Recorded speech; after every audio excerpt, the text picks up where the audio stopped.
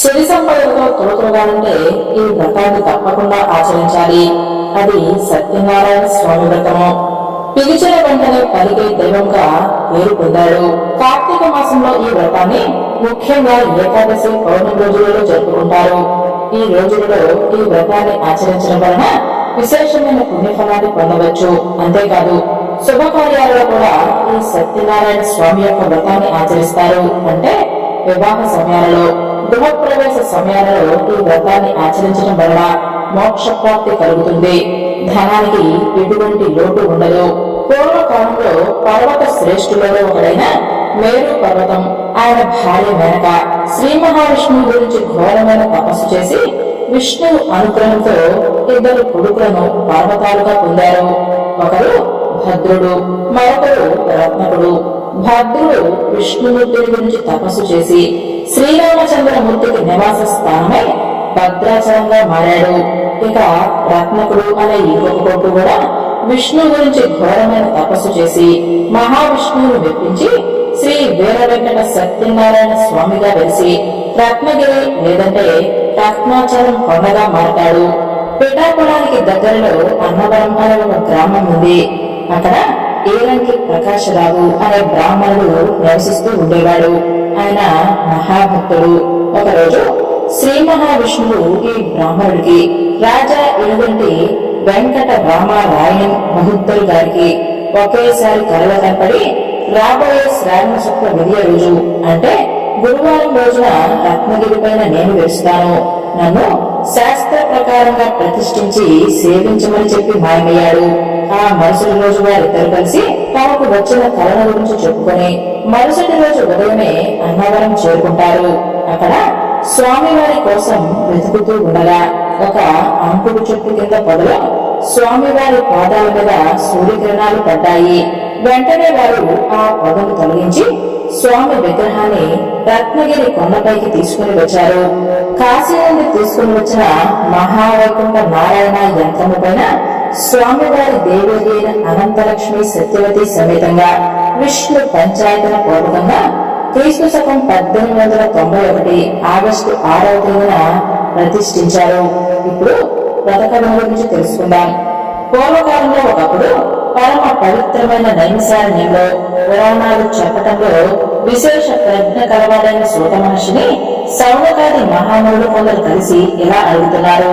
ఓ సూత మహర్షి, మానవులు ఏ వ్రతాన్ని చేస్తే కోరిన కోరికలు ఫలించి ఇహపర సుఖాలను పొందుతారు, ఏ తపస్సు చేస్తే లబ్ధిని పొందుతారు, మాకు సవివరంగా చెప్పమని అడుగుతారు.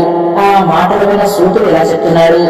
పూర్వకాలంలో ఇదే ప్రశ్నను నారదుడు శ్రీ మహావిష్ణువు అడిగాడు. భగవంతుడైన శ్రీ మహావిష్ణువు స్వయంగా నారద మహర్షికి చెప్పిన దానిని నేను మీకు వివరించి చెప్తాను, శ్రద్ధగా ఆలకించమని ఇలా చెప్పడం మొదలుపెట్టాడు. పూర్వకాలంలో ఒకప్పుడు నారదుడు సర్వ లోకాలను తిరుగుతూ భూలోకానికి కూడా వచ్చాడు. భూలోకంలో పూర్వజన్మ కర్మఫలముల వలన పలు జన్మలను ఎత్తుతూ పలు కష్టాలు అనుభవిస్తున్న మానవులను చూసి ఎంతగానో జాలిపడి వీరి కష్టాలను కడతీర్చే ఉపాయం ఏమిటా అని విచారించి విష్ణులోకానికి తిరిగి వెళ్లాడు. దేవర్షి అయిన నారద మహర్షి విష్ణులోకంలో చతుర్భుజుడైన నారాయణుని ఎంతగానో స్తుతించాడు. అప్పుడు శ్రీ మహావిష్ణువు ఆ స్తోత్రానికి సంతసించి, ఓ నారద మహర్షి, నీ రాకకు గల కారణం ఏమిటి, అసలు నీ కోరిక ఏమిటి చెప్పు, తీరుస్తాను అని అన్నాడు. అప్పుడు నారదుల వారు ఇలా అంటున్నారు. ఓ జగద్రక్షక, భూలోకంలో ఉన్న ప్రజలందరూ ఎన్నో జన్మలలో చేసిన పాపకర్మలను అనుభవిస్తూ ఉన్నారు. వారి కష్టాలను తీర్చగలిగే ఉపాయం ఏదైనా ఉంటే చెప్పి దయతో అనుగ్రహించమని ప్రార్థించాడు. అప్పుడు శ్రీ మహావిష్ణువు ఇలా చెప్తున్నాడు. నారదా, లోకానుగ్రహ కాంక్షతో మంచి విషయాన్ని అడిగావు, చాలా బాగుంది. మానవులు దేని వలన సంసార భ్రాంతిని వదిలి సుఖ సంతోషాలను పొందుతారో అలాంటి సులభమైన ఉపాయాలను చెబుతాను అని ఇలా చెప్పటం మొదలుపెట్టాడు. భూలోకంలోనూ స్వర్గలోకంలోనూ కూడా దుర్లభమైన మహాపుణ్యప్రదమైన వ్రతం ఒకటి ఉంది. అదే సత్యనారాయణ స్వామి వ్రతము.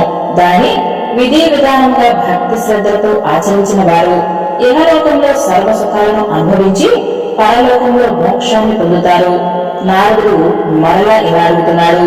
ఓ మహాప్రభు, ఈ వ్రతాన్ని ఆచరించడం వలన మనకేం ఫలితం వస్తుంది? ఆ వ్రతాన్ని ఆచరించడం ఎలా? ఇంతకు పూర్వం ఈ వ్రతాన్ని చేసి ఫలితాన్ని పొందిన వారు ఎవరైనా ఉన్నారా? అసలు ఈ వ్రతాన్ని ఎప్పుడు ఆచరించాలి? అంతా నాకు సవిస్తరంగా తెలియజేయమని కోరాడు. అప్పుడు భగవంతుడు ఇలా చెప్తున్నాడు: ఈ వ్రతము ప్రజల కష్ట నష్టాలను, విచారాలను పోగొడుతుంది, ధనధాన్యాలను వృద్ధి చేస్తుంది, సౌభాగ్యకరమైన సంతానాన్ని, సర్వత్రా విజయాన్ని ప్రసాదిస్తుంది. మాఘమాసంలో, వైశాఖ మాసంలో, కార్తీక మాసంలో కాని ఏదైనా శుభదినములలో కాని ఈ వ్రతాన్ని ఆచరించవచ్చు. యుద్ధం ప్రారంభమయ్యే సమయాలలో, కష్టాలు వచ్చినప్పుడు, దారిద్ర్య బాధలు కలిగినప్పుడు అవి తొలగిపోవడానికి ఈ వ్రతాన్ని తప్పకుండా ఆచరించాలి. దీనిని శక్తి కలిగిన వారు ప్రతి నెల ఆచరించవచ్చు, లేదంటే శక్తిని బట్టి సంవత్సరంలో ఒక్కసారైనా జరుపుకోవచ్చు. ముఖ్యమైన తిథులు: ఏకాదశి రోజున, పౌర్ణమి రోజున, సూర్య సంక్రమణం రోజున ఈ సత్యనారాయణ స్వామి వ్రతాన్ని చేసుకోవచ్చు. ఈ వ్రతాన్ని ఆచరించేవారు ఉదయాన్నే, అంటే సూర్యోదయానికి ముందుగానే నిద్రలేచి స్నాన సంధ్యాది కార్యక్రమం ముగించుకుని భగవంతుని నమస్కరించుకుని, స్వామి సత్యనారాయణ, నీ అనుగ్రహ ప్రాప్తికై భక్తి శ్రద్ధలతో నేను ఈ వ్రతాన్ని ఆచరిస్తున్నాను, నా పైన దయచూపుము అని అంటూ నిశ్చలమైన భక్తితో భగవంతుని ధ్యానించాలి. అలా సంకల్పించుకుని మధ్యాహ్న సమయంలో కూడా సంధ్యా వందనాలు చేసుకుని సాయంకాలం మరలా స్నానం చేసి ప్రదోష కాలము, అంటే అసుర సంధ్య వేళ దాటిన తర్వాత వ్రత పూజను ప్రారంభించాలి. ఈ వ్రతం పూర్తయిన తర్వాత భక్తితో సత్యనారాయణ స్వామి వారి వ్రత కథను తప్పనిసరిగా వినాలి. పూర్వకాలంలో కాశీ నగరంలో ఒక పేద బ్రాహ్మణుడు నివసిస్తూ ఉన్నాడు. అతను దారిద్ర్య బాధను అనుభవిస్తూ, అన్న వస్త్రాలు లేక నిత్యం ఆకలి దప్పులతో అలమటిస్తూ, పడరాని పాటలు పడుతూ జీవిస్తున్నాడు. బ్రాహ్మణ ప్రియుడైన శ్రీ మహావిష్ణువు అతని బాధను చూసి వృద్ధ బ్రాహ్మణ రూపాన్ని ధరించి అతని ఎదుట నిలబడి ఇలా అంటున్నాడు: ఓయే విప్రోత్తమ, నీవెందుకలా దుఃఖిస్తున్నావు? అసలు నీ వృత్తాంతం ఏమిటో చెప్పమని కోరాడు. అప్పుడు ఆ విప్రుడు ఇలా చెప్పటం మొదలుపెట్టాడు: మహాత్మా, నేనొక బ్రాహ్మణులను, మిక్కిరి దరిద్రంతో బాధపడుతున్నాను. ప్రతిరోజు భిక్షాటనం చేస్తూ, పడరాని పాటలు పడుతూ ఇంటింటికి తిరుగుతూ ఉన్నాను. నా దారిద్ర్యం పోయే మార్గం ఏదైనా ఉంటే చెప్పి చేయూతను ఇవ్వండి స్వామి అని వేడుకున్నాడు. అప్పుడు వృద్ధ బ్రాహ్మణ రూపంలో ఉన్న భగవంతుడు ఇలా చెప్తున్నాడు: శ్రీ సత్యనారాయణ స్వామి సాక్షాత్తు శ్రీమన్నారాయణుడి అవతారమే కదా. అయితే నీవు వెంటనే సత్యనారాయణ స్వామి వ్రతాన్ని ఆచరించు అని చెప్పి వ్రత విధానాన్ని చెప్పి వృద్ధ బ్రాహ్మణ రూపంలో ఉన్న భగవంతుడు అదృశ్యమయ్యాడు. ఆ మాటలు ఉన్న బ్రాహ్మణుడు ఎంతగానో సంతోషించి ఆ వృద్ధ బ్రాహ్మణుడు చెప్పిన సత్యనారాయణ స్వామి వ్రతాన్ని రేపే చేసుకోవాలి అని సంకల్పించుకుని దానినే తలుచుకుంటూ నిద్ర కూడా రాక ఎలాగో మరుసటి రోజు పొద్దున్నే నిద్రలేచి తప్పకుండా సత్యనారాయణ స్వామి వ్రతాన్ని చేసుకుంటాను అని అనుకుని మరలా యథావిధిగా భిక్షాటనకు బయలుదేరాడు. స్వామి దయవలన ఆ రోజున బ్రాహ్మణుడికి చాలా ద్రవ్యం లభించింది. దానితో అతడు బ్రాహ్మణులను, బంధువులను పిలిచి సత్యనారాయణ స్వామి వ్రతాన్ని భక్తి శ్రద్ధలతో ఆచరించాడు.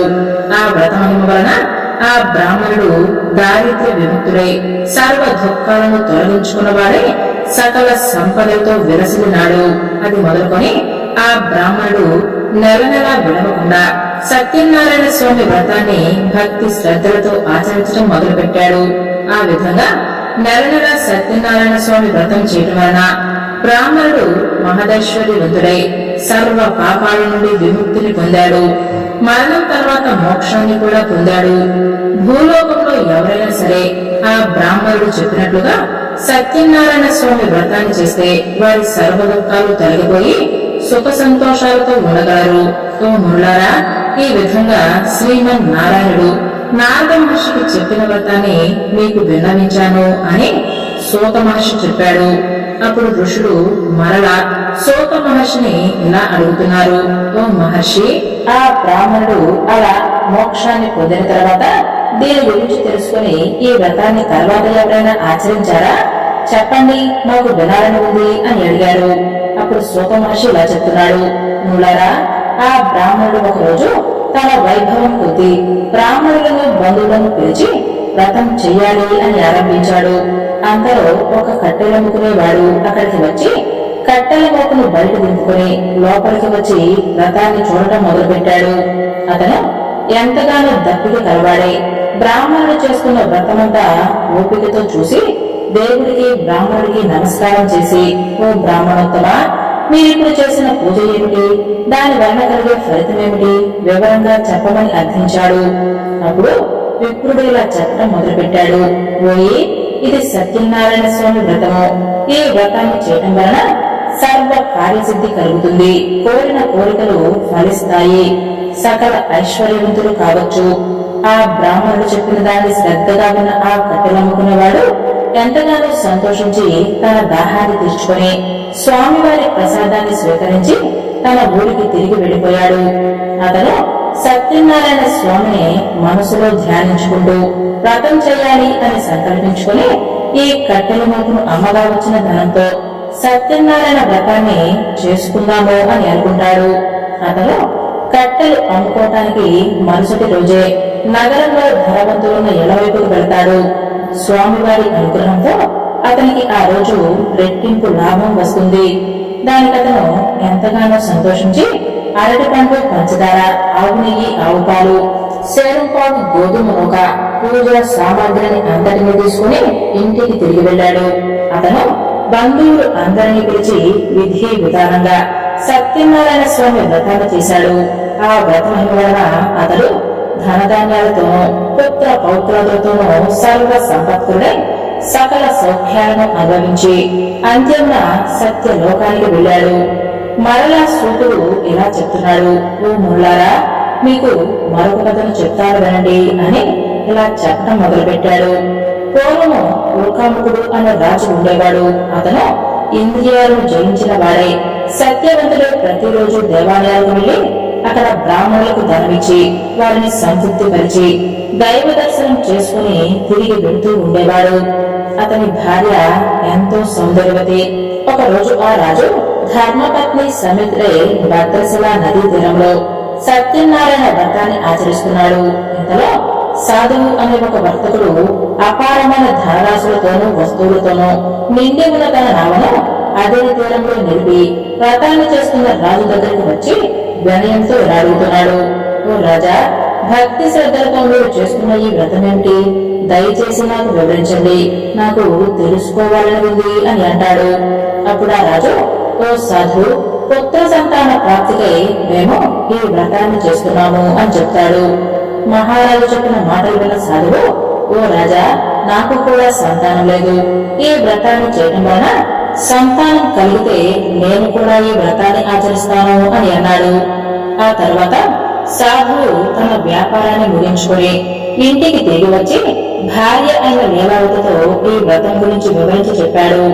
సంతానం కలిగితే తప్పకుండా ఈ వ్రతాన్ని ఆచరిస్తాము అని అనుకున్నాడు.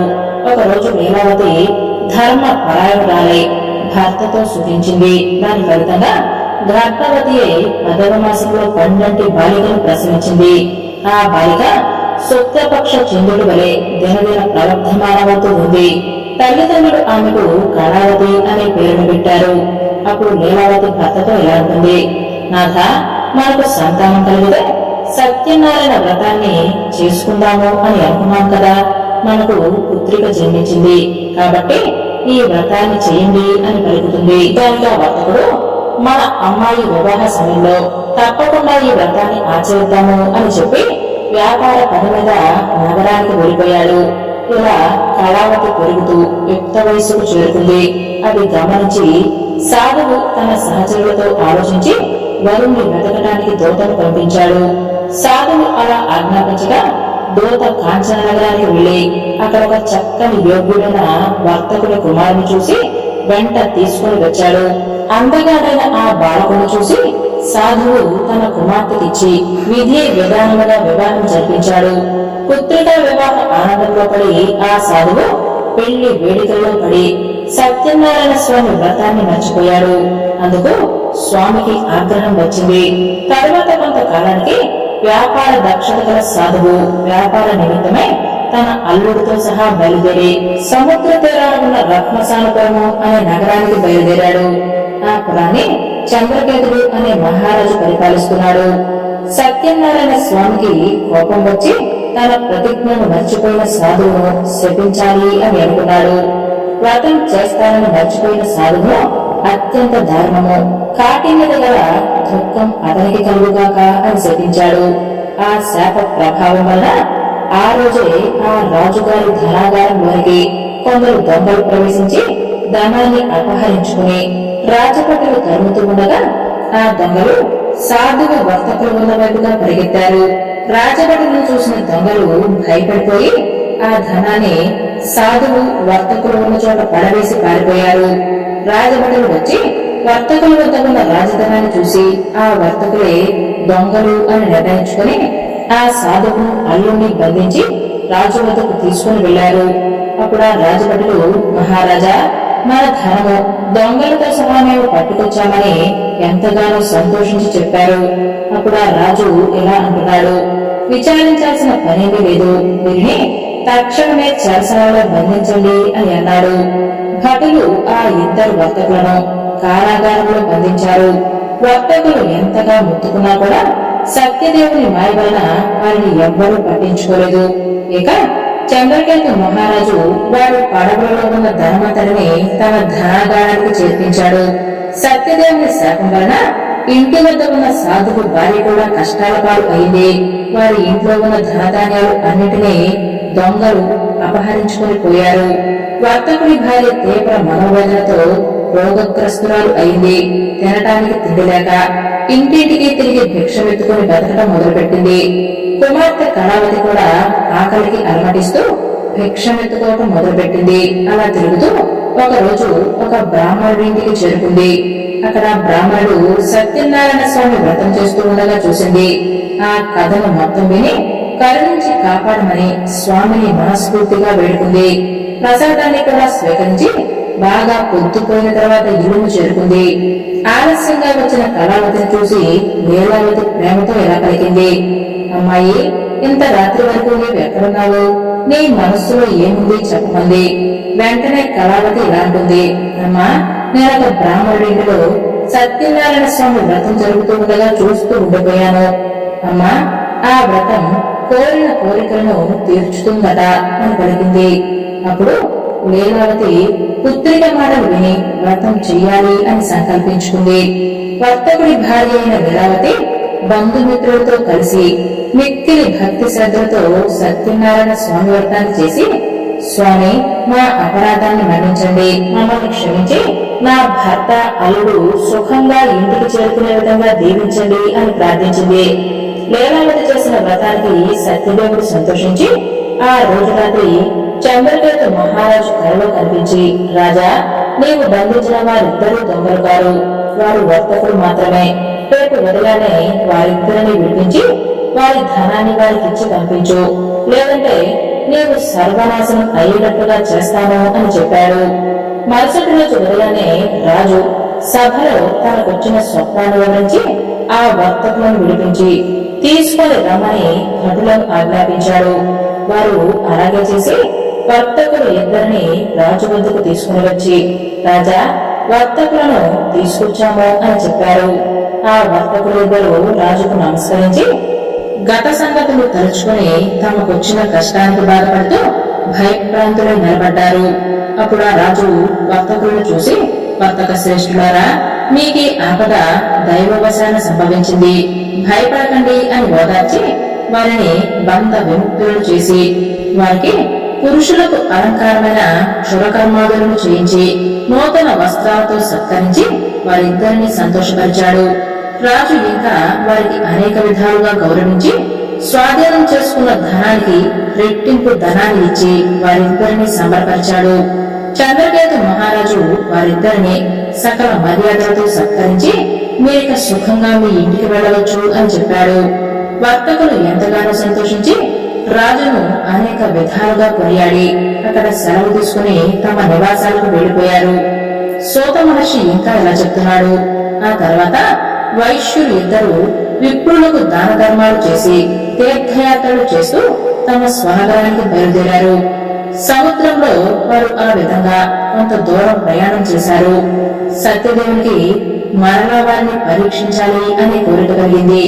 వెంటనే సన్యాసి రూపాన్ని ధరించి, నాయలారా, మీ పడవలో ఏముంది అని అడిగాడు. ధనమదాంతులైన ఆ వైశ్యుడు సన్యాసిని చూసి పరిహసిస్తూ, మా పడవలో ఏముందో నీకెందుకు? మా ధనాన్ని అపహరించాలి అని చూస్తున్నావా? పడవలో ఆకులు అరములు తప్ప మరేమీ లేవు, వెళ్ళమని బదులు చెప్పారు. అప్పుడు సన్యాసి చిరునవ్వు నవ్వి, అలాగే అగుగాక అని అన్నాడు. అలా పలికిన తర్వాత సన్యాసి నదీ తీరంలోనే కొంత దూరంలో నిలబడి చోద్యం చూడసాగాడు. సన్యాసి అలా వెళ్ళగానే సాధువర్తకుడు కాలకృత్యాలు తీర్చుకుని వచ్చి పడవలోనికి వెళ్లి చూసి ఆశ్చర్యపోయి నిశ్చేష్టుడయ్యాడు. దుఃఖంతో మూర్ఛిడిపోయాడు. తెలివి వచ్చిన తర్వాత తమ ధనధాన్య సంపదలన్నీ ఏమైపోయాయి అని విలపించసాగాడు. అప్పుడు అల్లుడు మామగారిని చూసి, మావయ్య, ఏడవడం వలన ప్రయోజనం ఏమిటి? సాధుగుణాత్ముడైన సన్యాసిని పరిహసించడం వలనే మనకి దుస్థితి వచ్చింది. సన్యాసి కోపం వలనే సర్వస్వము కోల్పోయాము కనుక ఆయననే ఇప్పుడు వేడుకుందాము, ఆయన్నే శరణు కోరదాం, మనల్ని తప్పకుండా కరుణిస్తాడు, మన కోరికలు నెరవేరగలవు అని అన్నాడు. అల్లుడి మాట విన్న బావగారు పరుగు పరుగున ఆ సన్యాసి వద్దకు వెళ్లి మనసారా నమస్కరించుకుని వినయంతో ఇలా అన్నాడు. స్వామి, జ్ఞాన శూన్యుడినై మిమ్మల్ని పరిహసించాను, నా తప్పును మన్నించండి, క్షమించి నా పైన దయ చూపించండి అని పరిపరి విధాలుగా ప్రార్థించాడు. ఊరును విలపించాడు.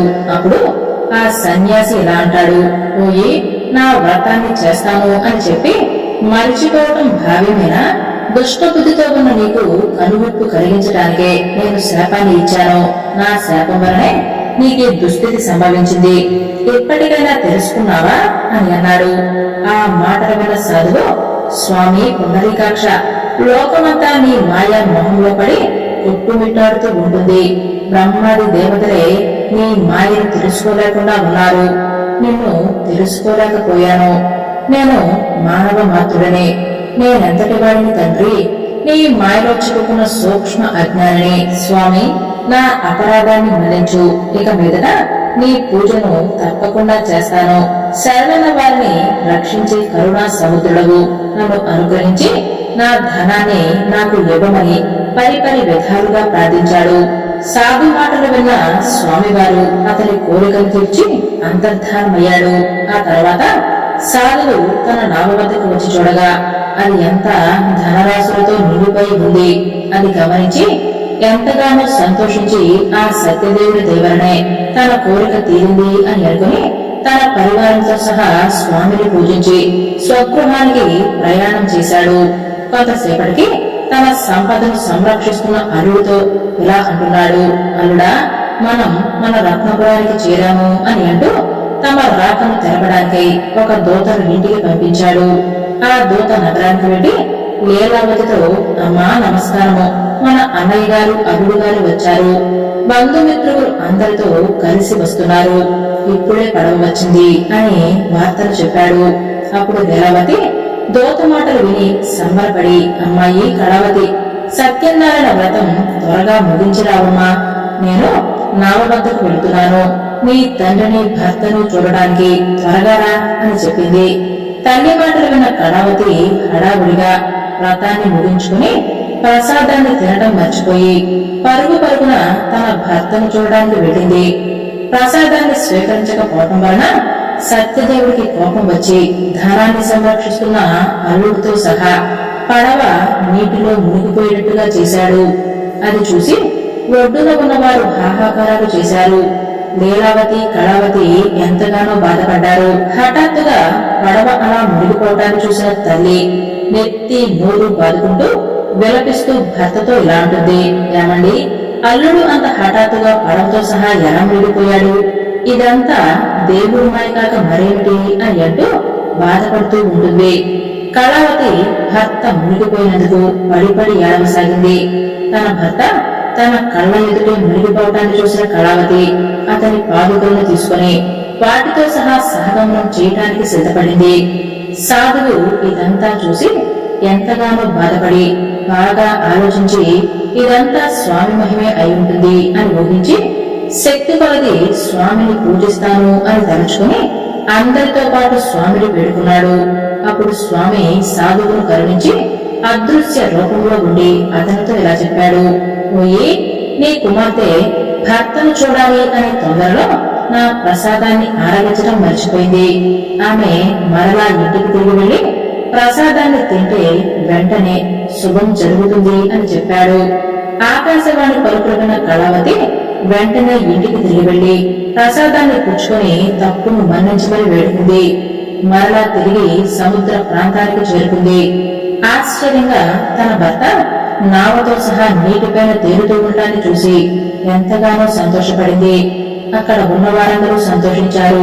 ఆ తర్వాత కళావతి తండ్రితో ఇలా అంటుంది, తండ్రి, ఇక ఆలస్యం ఎందుకు, ఇంటికి వెళ్దాం పదండి అని అంటుంది. అప్పుడు సాధువు అక్కడే అందరితో కలిసి సత్యనారాయణ స్వామి వ్రతాన్ని చేసుకుని తిరిగి ఇంటికి వెళ్లిపోయాడు. ఆ తర్వాత ఆ వైశ్యుడు తన జీవిత కాలమంతా ప్రతి పౌర్ణమి తిథిలోనూ రవి సంక్రమణ సమయమందు సత్యనారాయణ స్వామి వ్రతాన్ని చేస్తూ సర్వ సుఖాలను పొంది అంత్యంలో అమర లోకానికి వెళ్లిపోయాడు. సోత మహర్షి ఇంకా ఇలా చెప్పడం మొదలుపెట్టాడు, ఓ మునిశ్రేష్ఠులారా, మీకు మరొక కథను వివరిస్తాను, శ్రద్ధగా వినండి అని అన్నాడు. పూర్వకాలంలో తుంగధ్వజుడు అనే రాజు మిగులు ధర్మపరాయణుడై ప్రజలను కన్న బిడ్డల వలె చూస్తూ రాజ్యపాలన చేస్తున్నాడు. ఆ మహారాజు ఒక రోజు వేటకై అడవులకు వెళ్లి తిరుగుతూ ఉండగా మార్గ మధ్యమంలో విశ్రాంతి తీసుకోవడానికి ఒక మారేడు చెట్టు కిందకు వస్తాడు. అక్కడ కొంతమంది గొర్రెలు తమ బంధుమిత్రులతో సహా వ్రతాన్ని చేస్తూ ఉండగా చూసి స్వామివారికి కనీసం నమస్కారం కూడా చేయకుండా నిర్లక్ష్యంగా చూశాడు. ఆ వ్రతం పూర్తయిన తర్వాత గోపాలుడు ప్రసాదాన్ని రాజుకిచ్చి స్వీకరించమని చెప్తారు. గోపాలుడు అందరూ ఆ ప్రసాదాన్ని తింటారు. కాని రాజుగారికి అహం అడ్డువచ్చి, మీరు పెడితే నేను తినటం ఏమిటి అని అనుకుని ప్రసాదాన్ని అక్కడే విడిచిపెట్టి వెళ్లిపోయాడు. అప్పుడు స్వామివారికి కోపం వచ్చి రాజుపైన ఆగ్రహించాడు. దాని ఫలితంగా రాజు యొక్క 100 మంది కుమారులు చనిపోయారు. సర్వ సంపదలు సర్వనాశనం అయిపోయాయి. క్రమంగా దారిద్ర్యం సంభవించింది. అష్ట కష్టాల పాలయ్యాడు. ఇదంతా చూసిన రాజు ఎంతగానో ఆలోచించి ఇలా అనుకున్నాడు, ఆహా, ఆ రోజు గొర్రెలు ఇచ్చిన స్వామివారి ప్రసాదాన్ని నేను తినకపోవటం వల్లనే ఇదంతా జరిగి స్వామివారి ఆగ్రహానికి గురయ్యాను అని అనుకుని వెంటనే వారి వద్దకు వెళ్లి నియమనిష్టలతో భక్తి శ్రద్ధలతో సత్యదేవుని వ్రతాన్ని ఆచరించాడు. అప్పుడు స్వామి దయతలచి మరలా ధనధాన్యాధికారులు సంపదలు 100 మంది పుత్రులను రాజ్య సుఖాలను ఇచ్చి అనుగ్రహించాడు.